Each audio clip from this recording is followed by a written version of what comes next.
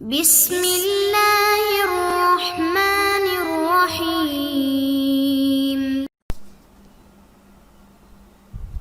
بسم اللہ الرحمن الرحیم۔ عزیز طلبہ کرام، السلام علیکم ورحمۃ اللہ وبرکاتہ۔ آسان علم میراث کے سلسلے کا چھٹا سبق لیکچر نمبر 1 پیش خدمت ہے، جس کا عنوان ہے میراث کے بالترتیب 10 مستحقین، یا ہم دوسرے لفظوں میں کہہ سکتے ہیں ورثاء کی اقسام۔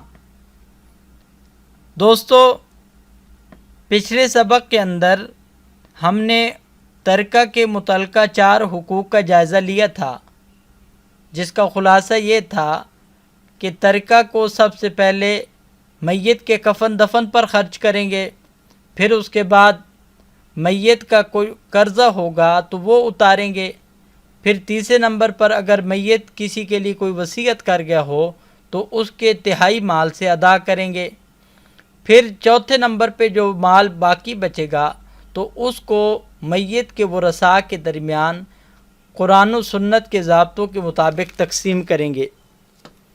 تو اب اس سبق کے اندر ہم ورثاء کی انہی اقسام کا جائزہ لیں گے۔ تو یہ 10 قسمیں بنتی ہیں جو فقہاء نے پوری تلاش اور چھان بین کے بعد طے کی ہیں، جن میں سب سے پہلے تو ان ورثاء کو ترکہ دیا جائے گا جن کے حصے قرآن پاک کے اندر طے کر دیے گئے ہیں، جیسے ماں ہو گئی، بیٹی ہو گئی، بہنیں ہو گئیں وغیرہ ذالک۔ ان کو ہم اصحاب الفرائض کہتے ہیں۔ فرائض فریضہ کی جمع اور متعین حصے کو کہتے ہیں، تو کیونکہ ان لوگوں کے حصے قرآن پاک کے اندر متعین کر دیے گئے ہیں تو اس بنا پر ان کو اصحاب الفرائض کہا جاتا ہے۔ دوسرے نمبر پہ میت کے وہ ورثاء کہ جن کو قرآن پاک نے وارث تو بنایا ہے، لیکن ان کی مقدار، ان کے حصے کی مقدار طے نہیں کی، بلکہ اصحاب الفرائض کو ان کا حصہ دینے کے بعد جو مال بچے گا یا تو یہ سارا وہ لے لیں گے، یا اگر اصحاب الفرائض نہ ہوں تو جتنا بھی مال ہو میت کا وہ سارا کا سارا یہ دوسری قسم والے لیں گے۔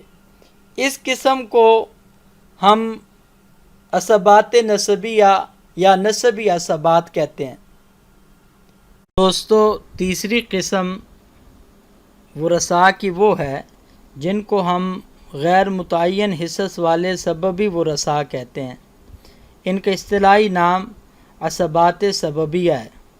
اس سے مراد قدیم زمانے کے اندر جو غلام اور باندیوں کا نظام تھا، تو اگر کوئی شخص اپنی باندی کو آزاد کر دیتا، اپنے غلام کو آزاد کر دیتا، تو اس غلام اور اس باندی کا اگر مرتے وقت کوئی اور قریبی رشتہ دار نہ ہوتا اور اس کا آقا زندہ ہوتا تو اس آقا کو اس غلام کے آزاد کرنے کے سبب کی وجہ سے وارث سمجھا جاتا تھا، اور مرنے والے غلام کی اور مرنے والی باندی کی جو وراثت ہوتی تھی وہ اس آقا کو مل جاتی تھی۔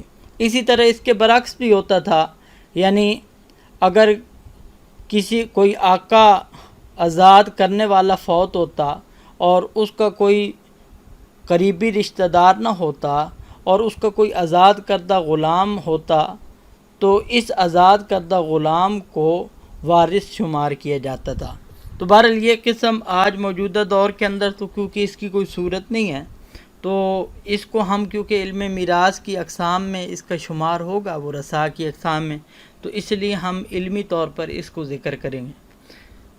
چوتھے نمبر پہ یہ بھی سابقہ قسم کے ساتھ اس کا تعلق ہے کہ اگر وہ آزاد کردہ جو غلام ہے یا آزاد کرنے والا جو آقا ہے، اگر وہ نہ موجود ہو تو اس کے آگے جو نسبی عصبات ہیں تو وہ بھی وارث بنائے جا سکتے تھے۔ اس کی تفصیل بھی آگے انشاءاللہ کریں گے۔ آگے پانچویں قسم کہ نسبی اصحاب الفرائض پر لوٹانا ہے، یعنی اگر مرنے والے کے اصحاب الفرائض ہوں تو ان کو ان کا حصہ ہم نے دے دیا جو قرآن پاک میں بیان کیا گیا۔ پھر اس کے بعد جب ہم نے اس مرنے والے کے اسبات نسبیہ اور سببیہ کا جائزہ لیا تو ان میں سے کوئی نہیں ہے، تو اس کے بعد فقہا نے یہ بات ذکر کی ہے کہ ہم وہ مال اصحاب الفرائض پر دوبارہ لوٹا دیں گے، لیکن اصحاب الفرائض میں سے صرف نسبی جو ہیں انہی پر لوٹائیں گے۔ انشاءاللہ اس کی تفصیل بھی ہم آگے بیان کرتے ہیں۔ چھٹے نمبر پہ عام رشتہ دار ہیں۔ عام رشتہ دار سے ہماری مراد کہ مرنے والے کے وہ رشتہ دار کہ جن کا قرآن پاک کے اندر کوئی حصہ وغیرہ بیان نہیں کیا گیا، نہ ہی قرآن پاک کے اندر ان کو میت کا وارث قرار دیا گیا ہے، تو ان کو ذوی الارحام کہتے ہیں، یعنی میت کے وہ رشتہ دار جن کے ساتھ ولادت کا تعلق ہوتا ہے، تو یہ رشتہ دار وارث بنتے ہیں یا نہیں بنتے، اگرچہ اس میں فقہا کی آراء مختلف ہیں، لیکن بہرحال یہ چھٹی قسم ہے کہ اگر میت کا نہ اصحاب الفرائض ہوں نہ اسبات نسبی ہوں تو پھر یہ جو ذوی الارحام ہوں گے ان کو ہم وارث بنائیں گے۔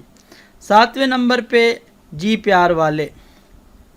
جی پیار والے سے مراد مولا الموالات ہے، یعنی کوئی ایسا شخص ہو کہ جس کا اپنا کوئی قوم قبیلہ نہ ہو تو وہ کسی خاندانی شخص کے ساتھ تعلق قائم کر لیتا ہے اور وہ کہتا ہے کہ اگر کل مجھ کو کوئی مسئلہ پریشانی پیش آئے تو تم میرے ساتھ کھڑے ہونا، اور اگر یہ ہے کہ میں مر جاؤں تو میں جو کچھ مال چھوڑوں گا تو تم اس کے کیا ہوگے؟ وارث ہوگے۔ تو اگر کوئی مرنے والا ہو اور اس کے نہ تو اصحاب الفرائض میں سے کوئی ورثہ ہوں، نہ ہی اسبات نسبیہ میں سے ہوں، نہ اسبات سببیہ میں سے ہوں، تو پھر اور اسی طرح نہ اس کے کوئی ذوی الارحام میں سے کوئی ہو، تو پھر ہم دیکھیں گے کہ اگر کوئی اس کے مولا الموالات یعنی کوئی ایسا شخص ہو کہ جس کے ساتھ اس کا ایسا جی پیار ہو تو پھر ہم اس کو بھی وارث شمار کریں گے۔ تو بہرحال یہ 7ویں قسم تھی۔ اس کے بعد 8ویں قسم جو ہے وہ شخص کہ جس کے بارے میں مرنے والے نے اقرار کیا ہو کہ یہ میرا مثال کے طور پر بھائی ہے یا میرا چاچا ہے، یعنی ایسی رشتہ داری کا اقرار کیا ہو جس کی ذمہ داری کسی دوسرے کے اوپر آتی ہے۔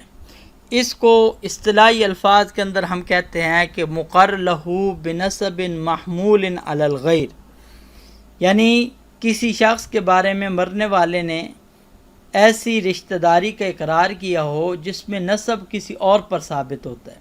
جیسے مثال کے طور پر میت نے اقرار کیا ہو کہ فلاں شخص میرا بھائی ہے اور اس کے والد کی طرف سے کوئی اس کی بات کی تصدیق نہ کی گئی ہو، تو کیونکہ کسی شخص کو بھائی قرار دینا تو اپنے والد اور والدہ کے اوپر نسب کی ذمہ داری ڈالنا ہوتا ہے، تو اگر یہ مرنے والا فوت ہو جائے اور اس کے اسبات ورثاء میں سے نہ تو اصحاب الفرائض ہوں نہ اسبات نسبیہ ہوں، تو اب ہم دیکھیں گے کہ اگر جس کے بارے میں اس نے رشتہ داری کا اقرار کیا ہے اور مرتے وقت تک یہ اس رشتہ داری پر قائم تھا تو ہم اس شخص کو بھی اس کا وارث شمار کر لیں گے۔ اور 9ویں نمبر پر جو ورثاء کی قسم ہے وہ شخص ہے کہ مرنے والے نے جس کے بارے میں تہائی سے زیادہ کی وصیت کر گئے۔ ویسے تو آپ کو پتہ ہے کہ تہائی سے زیادہ وصیت کا اعتبار نہیں کیا جائے گا، لیکن اگر اس کا کوئی اور رشتہ دار نہ ہو، اوپر کی مذکورہ اقسام میں سے کوئی نہ ہو، تو پھر ہم اس شخص کو وارث سمجھتے ہوئے تہائی سے زائد مال وہ اس شخص کو ہی دے دیں گے۔ 10ویں نمبر پہ پھر حکومتی رفاہی فنڈ ہے جس کو بیت المال کہتے ہیں۔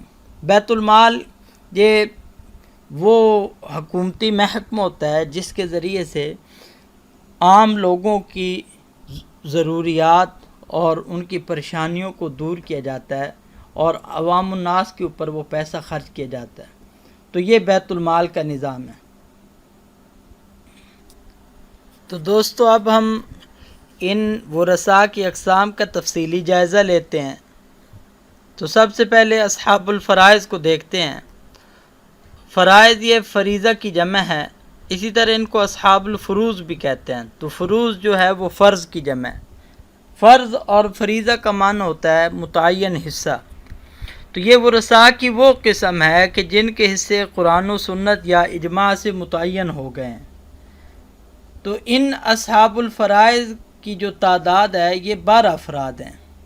4 مذکر ہیں، والد، دادا، ماں شریک بھائی اور خامند.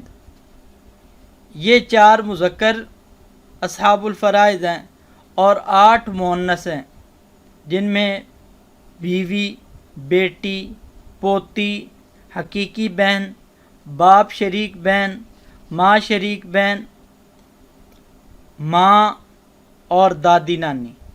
یہ 8 مؤنث اصحاب الفرائض میں سے ہیں.